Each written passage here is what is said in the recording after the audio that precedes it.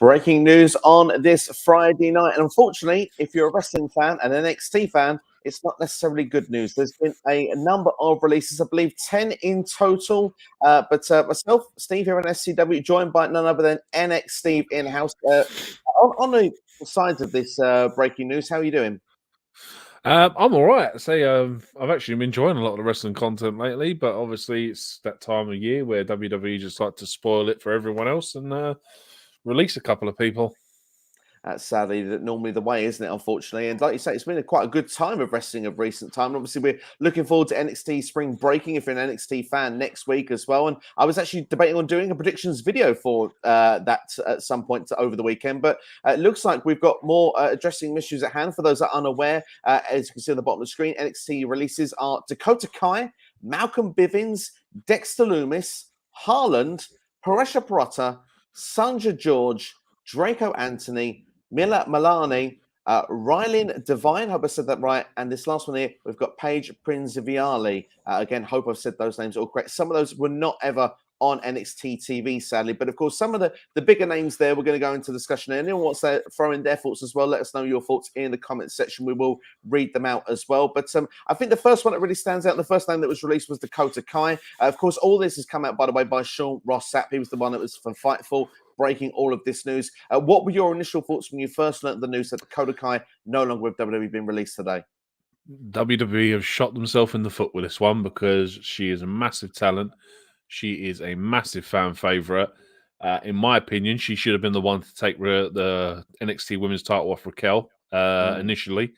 But then, like we were saying just before we come on air, apparently it's come out since that Dakota was never going to re-sign with NXT anyway. So instead of NXT waiting for her contract to run down, they've just released her now. I don't know. See, this is the thing that gets me. Depending on how long she had left on her contract, they're going to have probably a 30-day release clause because it's NXT. So, yeah, I suppose it kind of makes sense on WWE's part that they're not going to re-sign. What's the point in keeping them around? I guess so, but the thing is, the question then leads to, Dakota Kai did load dark matches, in and around last year, around draft time, and you mentioned there that perhaps she should have been the one to actually take the NXT Women's Championship from Raquel Gonzalez. Now, Dakota Kai was never an NXT champion ever. She's been there 4 years. She's been a 2-time NXT Tag Team Champion, but of course, both of them lasting for like a couple of days each at a time. One day each. They both lasted. It was a joke. So I mean, well, the first one was an hour, wasn't it? Didn't even last a day. So I mean, it's a travesty when you think about it. Someone's so talented, but the one thing you can turn around and say out of this that perhaps would be, I suppose, a shining light is that she would be a success wherever she goes next. If she had no intention of re-signing with the company, allegedly, then obviously she must fancy other options outside the company when there's other emerging companies like AEW potentially on the horizon. Impact Wrestling would be a great shout, in my personal opinion. Shout for her. There are other companies as well that are out there that are great for women's wrestling as well. So, I mean, surely she's got a bright future ahead, and she's one of those Twitch streamers as well. So, obviously, I think she'll be okay. Yeah, I mean, I think she's got all the talent in the world to succeed. Like you said, Impact is probably her best shout. I think if she went to AEW, she'd kind of be in the spot Ruby Soho's in at the minute, which is sort of a big income, big debut and big income, but has done nothing since. Whereas I think if she went to Impact, she could really have some star power too. Not that the talent isn't there in Impact, but it's a big name to go into Impact with. Absolutely, yeah. And to be honest, really, with Tegan Nox, of course, was released last year. Of course, you can't help but think back to that famous War Games a couple of years ago when Dakota Kai actually turned heel. One of my favorite NXT moments of all time under the black and gold. And obviously, maybe there's a chance that Team Kick could reunite. That'd be great for the Impact Tag Team division, especially with the Inspiration leaving just recently. Yeah, exactly. I mean, if they do something coming up, like if they do like a mystery tag team and have Tegan Nox and Dakota Kai come in, or Charlie, I don't know, whatever name she's going to go by now, I don't know. But it'd be a solid shout for Impact to sign her, and I think she'd do really well under that brand. Certainly, indeed. There, Martin Creo is in the house. Martin, thank you for checking out the stream. Hope you're doing well. Says, "Good evening, both Steves. I just never get it. So many people were behind Dakota, and never could have been a legit main eventer. But man, what a lost matter they did here. It's totally indeed, and it does lead me to a question I've got for you, Steve. Quickly, you said she wasn't going to re-sign with the company. allegedly. Now, had she been given a chance to go for Raw or go for SmackDown, or perhaps have been given a chance with the championship, do you think she'd be more inclined to stick around? She seems to have been a bit lost with her character for quite a while. She may have been, but I think like it says in the report, she could see the writing on the wall. And if she's been there 4 years and her longest reign as any form of champion is a day, is it really worth her sticking around? I mean, like, if she wants to make it, if she wants to have a wrestling career and a wrestling legacy, if you've been in a brand for 4 years and not done anything of really any sort of meaning that puts your name in the history books, then yeah, I suppose what is the point in staying there? But yeah, it's like I said, it's just a shame, really. But like I said, it's half of one and 50 of another with this one, because it's like she doesn't want to be there. She could see it coming. This one I hate to say it, but it kind of makes sense for her to leave and for them to release her all in one go. Like it just seems like this one will benefit both sides, because now she can go on and do something better and try and make an even bigger name for herself on the indie scene. Certainly, indeed. Then we've got another comment as well coming from Martin. It said Dakota Kai is like a Daniel Bryan of the women's division, that she can easily get so over as a face with the crowds. Look at her time in NXT UK. Totally agree. She did fantastic in that, as long with her journey really in WWE and NXT. I always enjoyed the evolution of her character, where she was sort of like that smiley, squeaky baby face, almost that girl next door kind of feeling. Was intimidated, arguably bullied by Shayna Baszler, to the point where she, stood up to the bully. Got a partner when she was injured.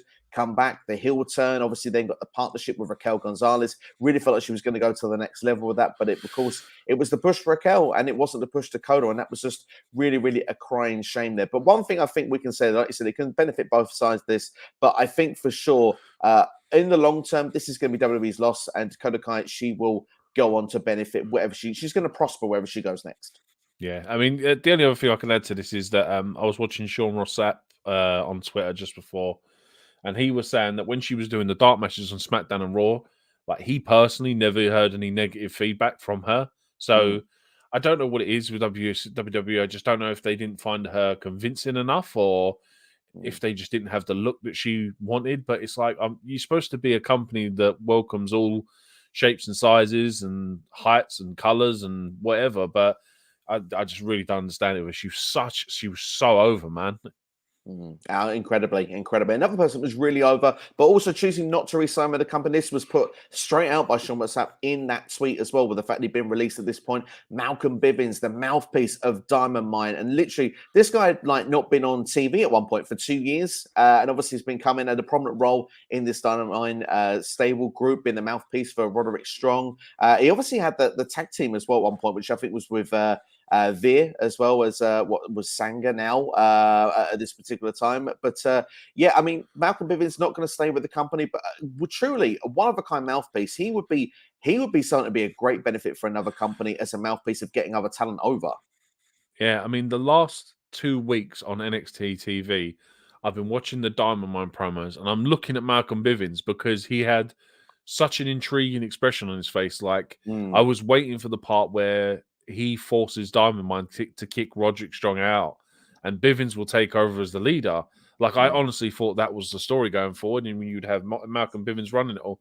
Like, you could look at it, like, especially this week, there's one point where Bivens has just got the biggest look of disgust on his face while Roderick Strong's talking, and I'm like, right, we're going to get Bivens kicked strong out of the Diamond Mine here, and this is going to be a whole feud going forward. Because let's be honest, Diamond Mine, apart from the Creed brothers recently in the tag team in the tournament, the what do you call it, the gauntlet match, they've had good matches, but they've not done anything of significance. And I really thought this would have been a turning story for Diamond Mine and would have sort of made it bigger than what it has been.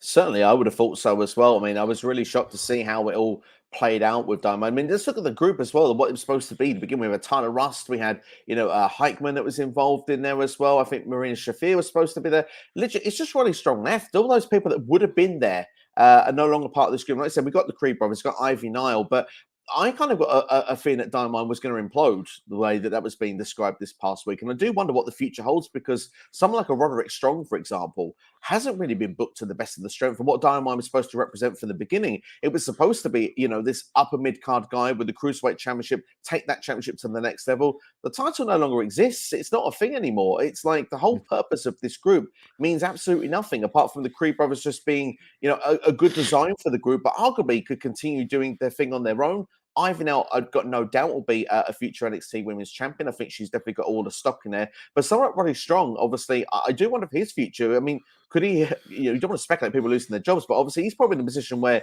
he kind of has a bit of strength to it. He's either got WWE money, or he's probably easy to go over to his friends with AEW and be a part of the undisputed elite. I mean, it's a shame with Roderick Strong, because I just don't find his character work intriguing enough to be like the best thing he ever done was when he turned on Pete Dunne and joined the Undisputed Era. But the problem is that wasn't spoken; it was actions, and that's what Roderick Strong was good at. He's good at wrestling, but his character work, I just personally have never felt has been his best thing to do. So putting him as the front piece of Diamond, I don't think was the greatest move for them to have done. He needs to be. I don't know whether he needs to be in the tag team, or he needs to have a manager, or he needs to have something. But yeah, making him the forefront of this faction that they designed, I just don't think worked out for him. And yeah, I mean, obviously I think he only recently just re-signed, and there was this whole thing where he supposedly had left and then he come back again.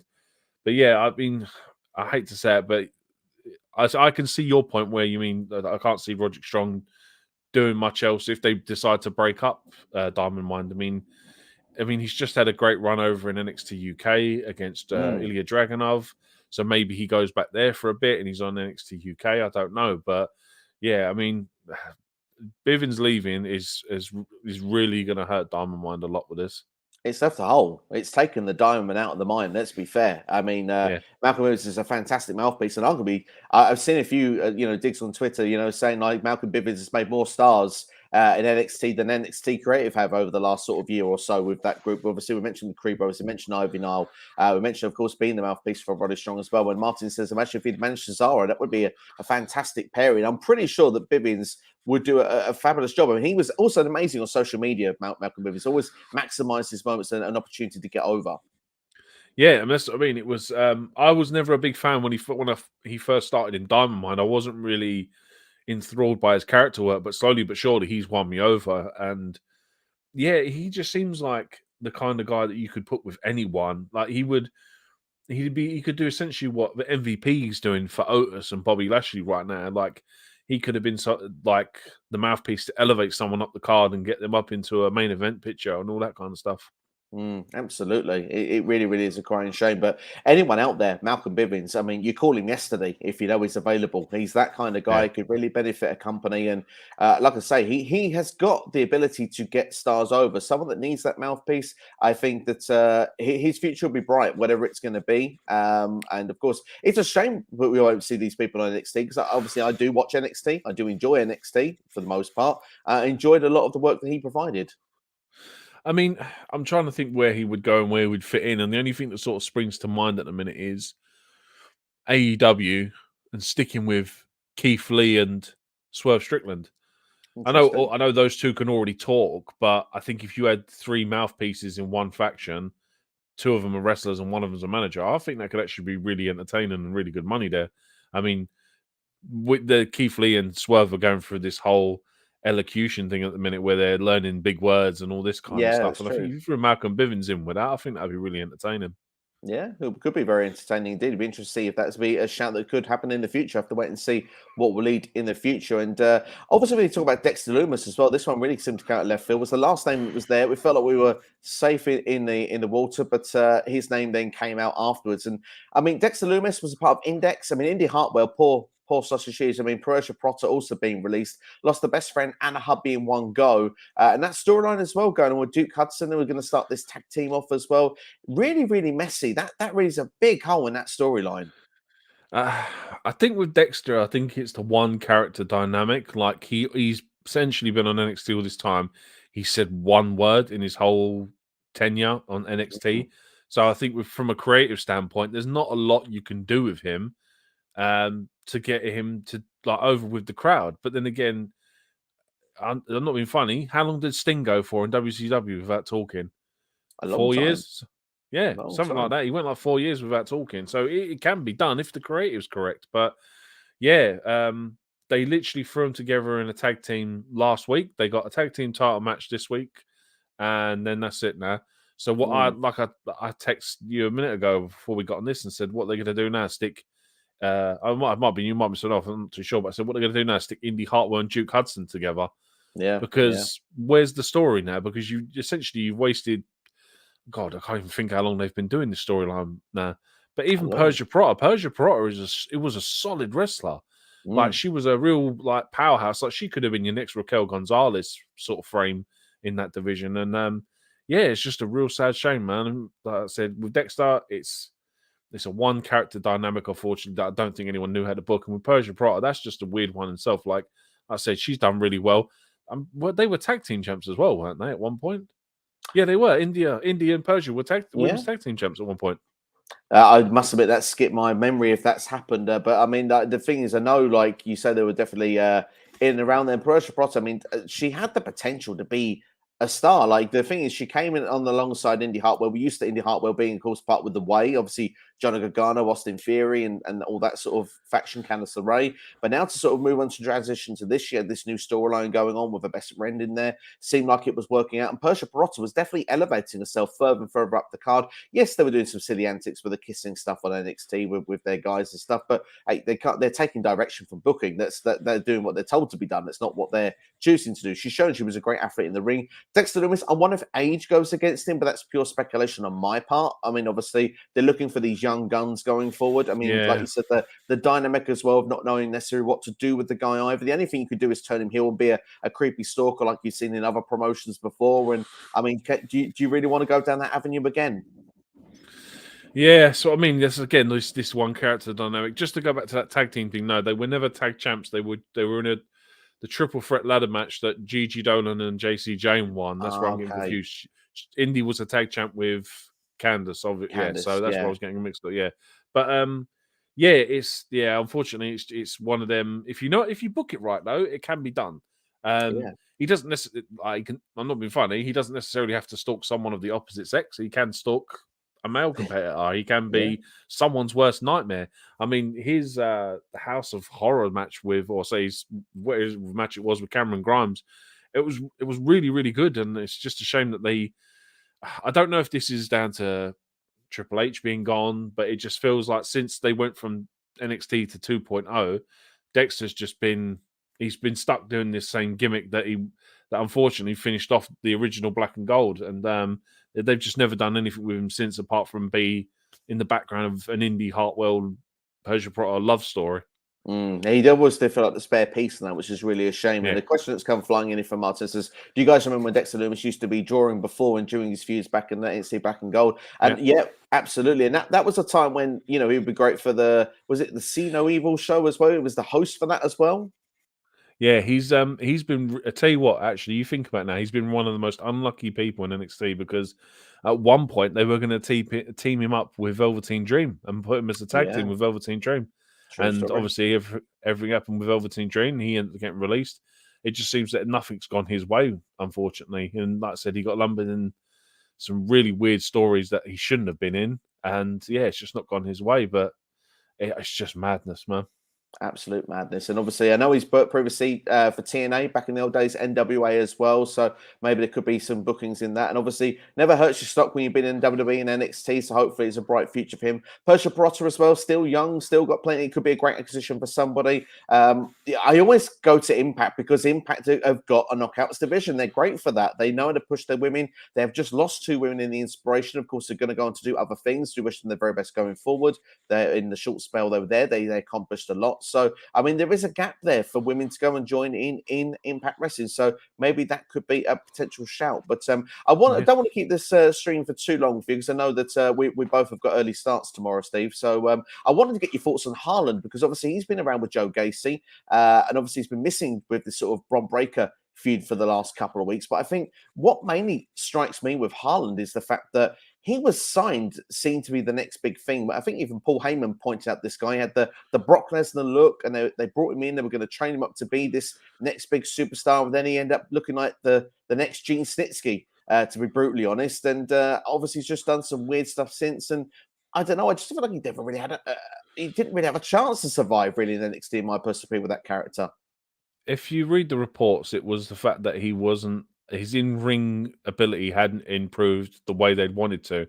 Right. I'm not being funny. If you would design him to be the next big thing, then you should have booked him like he was the next big thing. He should have Absolutely. been in squash matches, and he should have been beating people in 30 seconds. I'm not being funny. They have Goldberg on there, who we all know is not the best wrestler in the world. But what do? They book him like they book Goldberg, and they have him destroy people in 2 minutes. That's what they Absolutely. should have done with Harland, and they've shot themselves in the foot there. Do you know what? When he came out and he had his shaved head, I instantly felt sorry for the guy, and I was like, he had a great set of hair on his head, and then they've made him shave it for this gimmick. And then, like we were saying before we started, I hadn't seen him on TV in ages, and this week I was sitting thinking, I wonder where Harland is actually. I wonder what he's doing. Yeah. He's not been around with Joe Gacy, and then Joe Gacy's been looking at this NXT Championship, and well, now we know what's happened. But like I said, I think they've booked him wrong with this one. He hasn't advanced how they wanted him to, then you should have, that's what I mean, you should have played to his advantages. He's a big guy, he's powerful, then he should have been doing squash matches. They've had Veer Mahan beating jobbers for the last 2 weeks on Raw in 2 minutes. I'm sorry, you could have done that with Harland, but instead you decided to make him some sort of pawn in a Joe Gacy storyline. Absolutely. I mean, to be fair, he could have just been Parker Bordeaux. Could have literally been presented. Look, I am the next big thing. I am going to be what you've seen previously. I mean, they did it with Baron Corbin at one point, where he was winning matches in 26 seconds in the old days of NXT. Just go in, eat your finisher, boom. It does get over. Eventually, of course, Corbin changed his style and everything, but at the time it worked for him back in the day. But we mentioned someone else that was Draco Anthony was also linked with the storyline with Joe Gacy being getting in his head. Obviously, that's not come to fruition, but it didn't really seem like he had a lot of direction. He had a sort of a loss to Zion Quinn, I remember, at NXT. He's not really won many matches, so it felt like they didn't quite know what to do with the guy, but he did seem quite talented. Yeah, I just think this one is. I think what NXT have done is they've really taken on a lot of talent, and they've got so many that they like. If you look at some of the names here, like the Mila Milana, the Raylan Devine, the Paige Prince Avila. Apologies for butchered them names, but none of these people have even been on TV. They've been signed and they've been stuck in development, and then they've been released. And then someone like Draco, who's actually got on TV.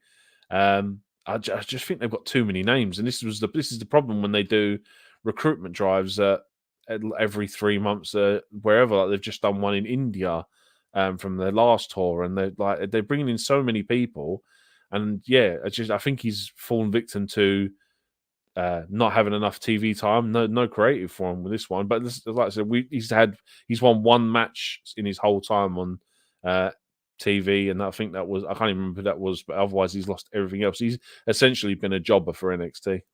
It's just a shame because there's such talent there, and obviously you mentioned of all these other people coming in. Obviously, then we've got an NXT Women's Breakout Tournament going on. Obviously, a number of names there look to be released. Some of them have never sadly hit TV, but obviously we wish them all the very, very best. I mean, obviously we've not even had a chance to mention about the Sanjana George as well. And we were speaking off air about her. I don't believe she's been on TV at all, but No, you said that she's been with mixed martial arts and stuff previously.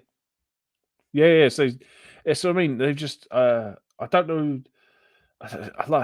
NXT have always had a good women's division, and this is like I was saying to you before, that Casey Catanzaro, Katana Chance and Caden Carter are the most established tag team on all three brands. Is, I think, just the biggest crime alone, and they've never even won a tag team championship. And it's like, how does this happen? How do you have two women's tag team titles across three brands, and the most established team on there have never even won the things? It really baffles me with this women's division. And like I said, Sanja has just been another victim. But like I said, she can go back to doing UFC, I presume, or whatever she's got going. Like I said, we wish them all the luck in the future. It's just a shame that WWE do this, man, and they have to sign so many talents and spend so long for people to get to know some of these talents, and then they just get rid of them like there's no tomorrow. Yeah, it just seems to be so common in the last couple of years in particular. Obviously, we've always seen a bit of a revolving door after WrestleMania season, but it just seems to be a lot more cutthroat than it used to be. And it's really just such a We shame. we thought we dodged it this year when they hadn't done anything, but obviously Yeah. April hasn't actually April still hasn't finished yet. So No, we were on the 29th. So unfortunately, they did get us in the end there. Martin does say all these talents will find success in their own way. I mean, good inspirations are Matt Cardona and Deanna Prazo. And I think that's definitely some good inspiration to take out of that. Martin, thank you so much for that comment, because that really does just give light at the end of what may seem a dark tunnel to some of those people right now. However the situation is, whether some of them are happy, whether they're sad about the situation, there is always a future. There is multiple wrestling promotions going. There are different television stations that they can be showcased on, and fingers crossed that this is just a swerve for their potential future, and they can still, path and create bright futures ahead. yeah, I mean Matt Cardona especially, who's smashing him. He's going for the what's the old photo of the guy with like 12 titles? Is it Like an Ultimo Dragon sort of old That's school. the one, Ultimate Dragon. Yeah, Yeah, it's the Ultimate Dragon he's going for. He's going for Ultimate Cardona, man. He's got what, yeah, 7, I think, at the minute, and it just proves that it can be done, man. And like I said, you know that they'll be all right. It's just a shame that we don't want to see them. We don't want to see people lose their jobs, and especially when they're such fan favorites like Dakota Kai, for instance. And I was a massive Dexter Lumis fan, and it really sucks. I'm not going to see him on NXT no more. That's the thing. We're used to seeing them on WTV. We just want them to succeed where they're at. Obviously, it doesn't look like it's going to be the case, but we do wish them the very best going forward. And like you say, there's so many promotions, so many choices, and hopefully, fingers crossed, all of them will be stacked up somewhere and they'll be successful whatever they decide to do next. But just before we close off, I've just got 2 quick questions I want to ask you just before we come off. Just simply quickly about the multiple NXT name changes. Seems to be so many of these name changes going left, right, and center. Are you losing track of what some people are called?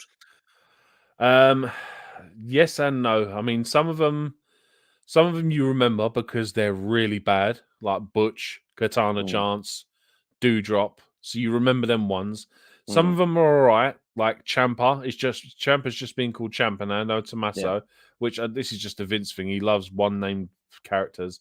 But then Mm, you've got ones that really anger me, like Drake and Gibson are no longer called the grizzled young veterans. And yeah. that really angers me because, oh my God, I'm no longer going to hear Zach Gibson say the grizzled young Yeah. veterans, and it really annoys me, man. Yeah, the way you just had the perfect Scouse accent just to go with the Oh, it's grizzled, it just it beautiful. was always beautiful, and it is a shame, unfortunately. And Yeah. I guess shoes off if you hate creative, I suppose sometimes is the way we've got to go with that. But yeah, like you say, I mean, obviously they want to have the full licensing for all the names and stuff. If they used them on the indies before, it's a lot of the reasoning why with a lot of it. But one other question I wanted to quickly ask you as well was the interview. I don't know if you're aware of it today. That's come out with Chris Van Vliet with Ember Moon being on there. Yes, The I've comments heard. go, the video clip is going around Twitter as well regarding the idea of creative meetings of WWE women needing to dress sexier in NXT, and she obviously explained how she caters for kids, of WWE being a kid's product, and not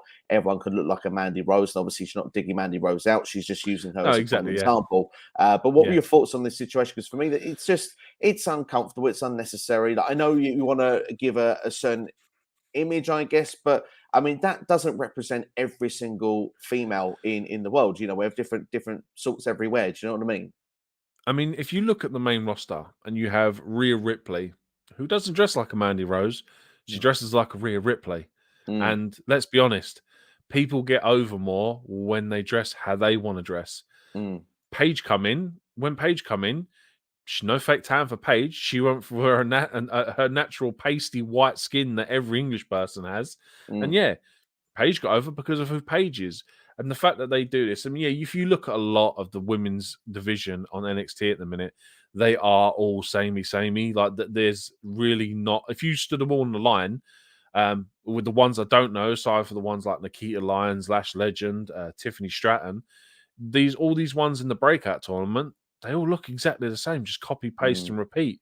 There's nothing unique about them, but it almost feels like the mentality of women's wrestling is going back in WWE. Like, because yeah. apparently, I think they said something like John Laurinaitis is taken back over in Allegedly, yeah. NXT. And yeah, it just means that they're bringing in someone who has a mentality for someone who was working. It's a 90s thing, really. Like we've gone past this. We're at this era now where we have the bra and panties matches and the pillow fights and the wrestling in the mud. We're no longer in that now. It's all about women's wrestling. And if you're not letting, like I said, Emma Moon nailed it perfectly on the head there, where she went, I cater to children. I'm not going to dress like Mandy Rose because I'm not a Mandy Rose. I'm an Ember Moon. I'm going to dress how Ember Moon would dress. And the amount of people that have children, like young girls that have looked up to female talent with how they've looked and how they've been represented, especially with Mania weekend. They had there was a wonderful little girl there who was dressed like Rhea Ripley. And this is my point proven. She's dressed like Rhea Ripley because of how Rhea Ripley's dressed. If you've got 10 female wrestlers in NXT that all dress the same, not one of them's going to stand out. You're just going to have 10 essentially generic female wrestlers. Like Bailey was the prime example. Bailey was this massive, like she catered to that age limit. Sorry, to that age range. And you know what I mean? Bailey was Bailey. Bailey doesn't look like anyone else. She didn't dress like anyone else. And it's just a prehistoric way of booking wrestling, unfortunately. You know, you make some fantastic points there. I literally took a lot of the words out of my mouth there. But I mean, like you say there, the branding of certain people and certain wrestlers and stuff like that, you know, that's what makes them who they are. And like, to be fair, if everyone's dressed like Mandy Rose isn't special anymore. That gimmick is working because Mandy Rose is doing it, not because, you know, 20 other women are doing it. And like you say, you don't want to go backwards. We don't want to go back to the Divas era, the Divas Championship. We've got a fantastic, full, flourishing women's division of characters, personalities, people that stand out for the uniqueness. You know, we don't need to see the same song and dance of what we saw 10, 15 years ago. Yeah, exactly. I mean, I think one of the characters for the breakout tournaments is either a statistician or a math person or whatever it was. And I was like, that's such a generically boring character gimmick. I'm good at maths, but I'm going to wrestle. And it's like, I'm just not infused for this breakout tournament. Don't get me wrong. Hopefully I might be. There might be some really decent wrestling and I might be surprised. But the characters at the minute, I'm not feeling these three characters. The three that they announced this week, I was just like, I'm not feeling it at the minute. We'll have to wait and see how it goes. I know Santini Morella's daughter is one of them that is going to be in that tournament. I know her name's Ariana. I forget the surname at this particular point, but yeah, she was the one that was announced this week. Yeah, yes. I can't remember her name, but yeah, I know she was one. But like I said, unfortunately, that's what I mean. I don't know the names because to me they're just generic. I couldn't remember who for the life of who was who. Yeah, no, I totally understand that. And one last comment before we run off today. Then Martin was saying that I totally agree with NXT. The ring gear really does bring uniqueness and diversity to the roster, and to be able to recognize them, so they should really stick with that, in his opinion. I think we agree with that. No, I'll just say it's the ring music as well, because that's the other one that they've done at least, is they've changed everyone's ring music. And it's like Joe Gacy come out Wednesday night, and I was like, is this new? And it was like, no, it's actually the same music he's had the whole time. But it's like, where I'm so used to like Ricochet's music being changed, and then so who else was it? Seth Rollins got like a third a third version of his music, and it's like it's a whole appeal. And it's like if I watched the Royal Rumble now of NXT stars, and you told me guess who this is by the music, I wouldn't have a clue because they just keep chopping and changing everything, and it's like, I mean, hopefully, give it 6 months' time, we won't have this problem anymore. Everyone will have a WWE licensed name, and music won't need to be changed every 5 minutes because whoever done their old music isn't in trouble with whoever produced the music or whatever. So yeah, it just seems like NXT 2.0 is still going through a reset phase at the minute that's been going on nearly a year now. Absolutely, yeah, unfortunately. But fingers crossed, it will address itself. It will sort itself out. And like we say, before we close off the stream, just want to give a shout out as well, very quickly. Noob and Co. and Shahid Butt both in the comments saying hello and hope you guys are doing well. Thank you for checking out the stream.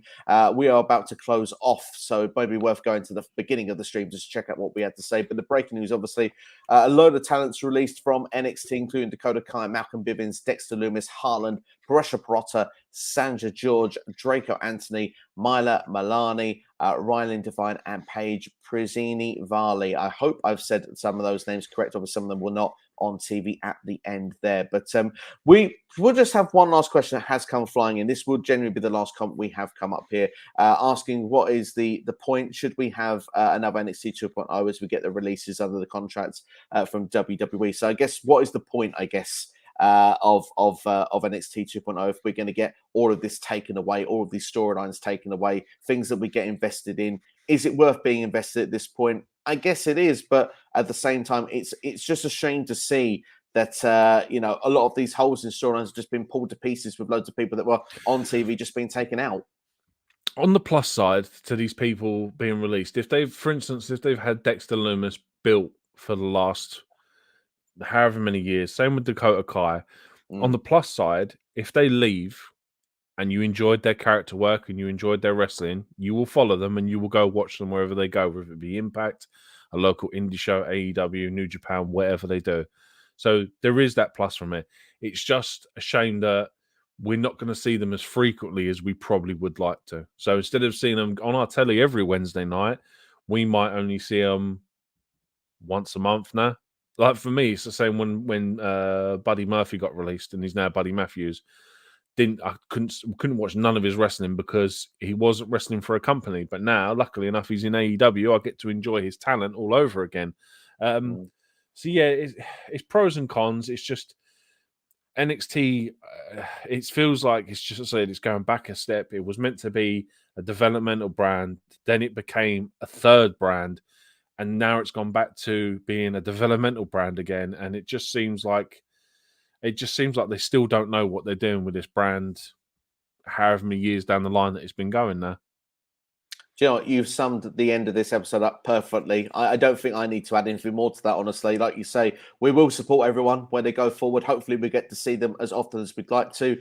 NXT really need to do some soul searching of what they want this brand to be, because it is chopping and changing so much all over the place. There was one other thing. They actually announced the name of the UK pay-per-view. Clash at the Castle. Clash of the Castle. This was the other thing I was going to bring up, because they did all these releases, and then 5 minutes later, WWE tweeted out they named the UK pay-per-view Clash at the Castle, which is going to be in the stadium. So make of that what you will. But that's what they do. Whenever they release someone, they always put out something 5 minutes later. And yeah, this is when they announced the name of the UK pay-per-view in September. Quick thoughts on the name? It's terrible. It Clash at the Castle, and it's at the stadium 5 minutes down the road. It's like, if it was in the castle, fair enough. It's, again, someone's just really cheesed out. Someone got paid to think of that name. Yeah, unfortunately, that's a really bad creative name, and hopefully it will not take away some of the enjoyment for the wait we've had for 30 years for a show to come to the United Kingdom. Should have been SummerSlam. It should have been SummerSlam. Definitely should have been for the 30th anniversary. And if not, a Capital Carnage would have been nice as well. But that's going to be it for us anyway. Steve, thank you so much for taking the time out to talk about these NXT releases with us at any time. Honestly, always good to talk pro wrestling with you. It's a shame of the circumstances, but, we wish them all very best going forward and hope they get a bright future. Like you say, as one door closes, another opens, and that's always a positive thing to take from this. And fingers crossed, everything will go well for them. But thank you for watching SCW anyway. Other videos are on the channel as well if you want to check out some more positive stuff on this channel at this particular point. And we'll see you all very, very soon. Take care. Thanks for watching. See you next time.